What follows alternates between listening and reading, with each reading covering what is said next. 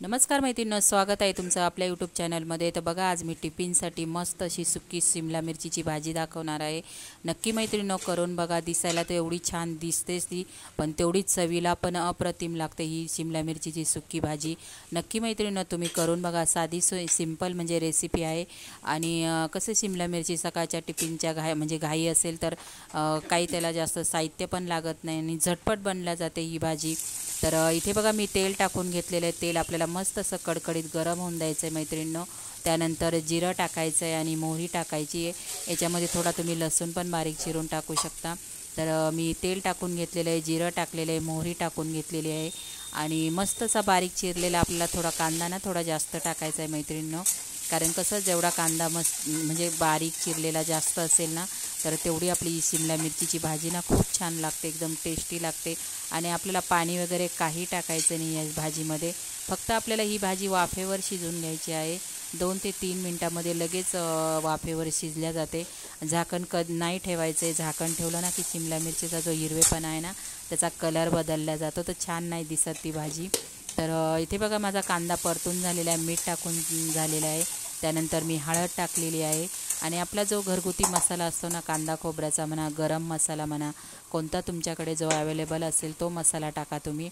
हिरव्या मिरचीत बनवू नका, लाल मसाल्यामध्ये ही भाजी भन्नाट लागते। तर इथे आमचा कांदा खोबऱ्याचा मसाला आहे मैत्रिणींनो, तो टाकून घेत आहे मी। तर इथे मी 1.5 चमचा कांदा खोबऱ्याचा मसाला टाकून घेतलेला आहे।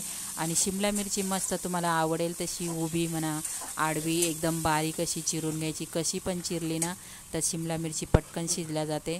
तर इथे बघा मी शिमला मिरची 5 ते 6 शिमला मिरची घेतलेल्या आहेत आणि मस्त अशा बारीक चिरून घेतले। त्याच्या बिया वगैरे सगळं आतलं काढून घेतलेलं आहे आणि मस्त अशी बारीक चिरून घेतलेली आहे। म्हणजे फक्त आपल्याला वाफेवर शिजून घ्यायची। वाफेवर शिजण्यासाठी एकदम अशी मस्त बारीक चिरून घेतलेली आहे। तुम्हाला जसे आवडत असेल त्या पद्धतीने चिरली तरी चालेल, उभे काप करून चिरली तरी लगेच शिजल्या जाते। तर इथे बघा मसाल्यामध्ये मी शिमला मिरची टाकून घेत आहे आणि मसाल्यामध्ये व्यवस्थित 1 मिनटासाठी आपल्याला परतून घ्यायची भाजी। नक्की करून बघा मैत्रिणी, एकदम भन्नाट अशी टिफिनसाठी रेसिपी आहे। तर इथे बघा शिमला मिरची माझी परतून झालेली आहे आणि म्हणजे याची चव वाढवण्यासाठी आपल्याला शेंगदाण्याचा कूट टाकायचा आहे मैत्रिणींनो। शेंगदाणे भाजून घ्यायचे, साल काढून घ्यायचे आणि मिक्सरला कूट करून घ्यायचा। कूट एकदम बारीक नाही करायचा, थोडासा जाड भरडा ठेवायचा। कसं शिमला मिरची मग छान होते, मोकळी होते शिमला मिरची। तर बघा शिमला मिरचीचा कलर किती मस्त हिरवा असाच टिकला पाहिजे। तर 1-2 मिनटासाठी शिमला मिरचीची भाजी लगेच शिजल्या जाते। तर इथे बघा मी मसाल्यामध्ये शेंगदाण्याच्या कूटमध्ये व्यवस्थित अशी परतून घेतलेली आहे आणि न झाकण ठेवता आपल्याला वाफेवर ही शिजून घ्यायची आहे मैत्रिणींनो। झाकण ठेवू नका, नाहीतर शिमला मिरचीचा कलर हा बदलला जातो आणि वेगळीच अशी दिसते, बरोबर दिसत नाही। न झाकण ठेवता शिजून घ्यायची। याच्यामध्ये तुम्ही बटाटा पण टाकू शकता, तर मी बटाटा वगैरे नाही टाकलेला आहे। तर बघा किती मस्त अशी आपली टिफिनसाठी भाजी तयार झालेली शिमला मिरचीची। मैत्रिणींनो नक्की करून बघा तुम्ही आणि तुमची रेसिपी कशी झाली नक्की मला कॉमेंट बॉक्समध्ये सांगा मैत्रिणींनो। आणि व्हिडिओला लाईक, शेअर आणि कोण नवीन मैत्रिणी असतील तर रेसिपी थोडी जरी आवडली तर चॅनलला माझ्या प्लीज सबस्क्राईब पण करा मैत्रिणींनो। तर इथे बघा टिफिनसाठी माझी शिमला मिरचीची भाजी तयार झालेली आहे। कोणी ढोबळी मिरची बोलतं, कोणी शिमला मिरची बोलतं हिला। तर बघा कलर जसा आणि तसाच कलर आहे। मी झाकण नाही ठेवलेलं शिजवताना। तर शेंगदाण्याचा कुटाचा वापर करायच्यामध्ये मस्त लागते ही शिमला मिरचीची भाजी। तर मी शिजून घेत आहे।